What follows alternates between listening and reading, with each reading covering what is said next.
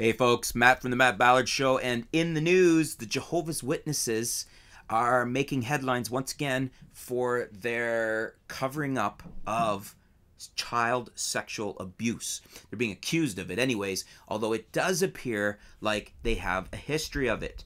A new investigation from the Center for Investigative Reporting shows that Jehovah's Witnesses leaders explicitly discourage church elders from reporting child sexual abuse allegations to the police or even to their own congregations. So, pretty disturbing news. I mean, we get enough of this type of thing, or have had enough of this type of thing, from the Catholic Church.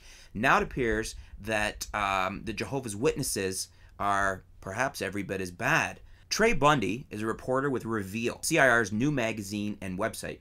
His investigation said that the Watchtower Bible and Tract Society, the Jehovah's Witnesses parent company, the company for the Jehovah's Witnesses, has sent out detailed memos for 25 years directing congregations to deal with child sexual abuse and allegations internally. This is according to an article that Jezebel has done.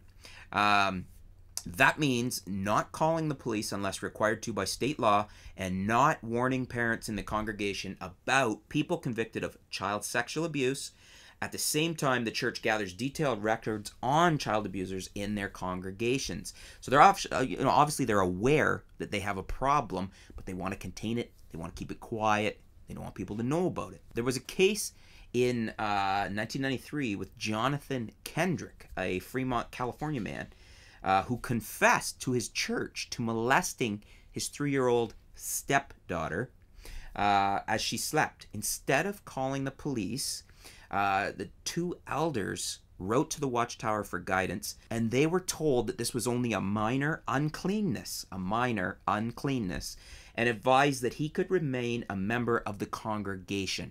However, they were supposed to counsel him with strong scripture counsel. Now, really, is this an appropriate response? Really, an appropriate response for sexual abuse, for molesting your stepdaughter?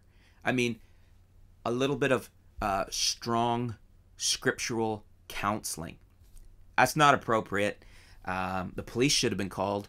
I think by law they almost have to be, if I'm not mistaken. And so, I mean, the church themselves may be committing a felony by encouraging people to not report this. I'm not positive on this, but I think that's what it should be if it is not the case. It's certainly not a minor uncleanness. The Watchtower determined that Kendrick's crime didn't warrant police involvement, didn't warrant disfellowshipping. In other words, don't kick him out of the congregation.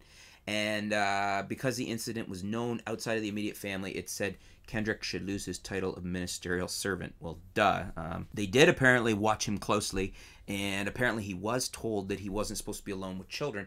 However, he was still allowed to preach door to door. So this guy could have been at your doorstep, child molester, talking to you, maybe your children too, if they answer the door with you. In any case, it just demonstrates that there has been an ongoing history here with the Jehovah's Witnesses and covering up sexual abuse.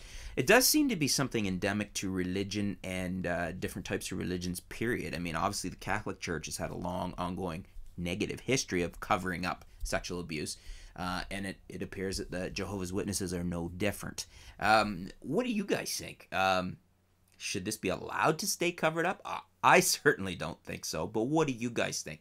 Leave me some comments below. What would be the appropriate response here? What would be the appropriate response from the public, including a public outcry, which I don't think would be out of line.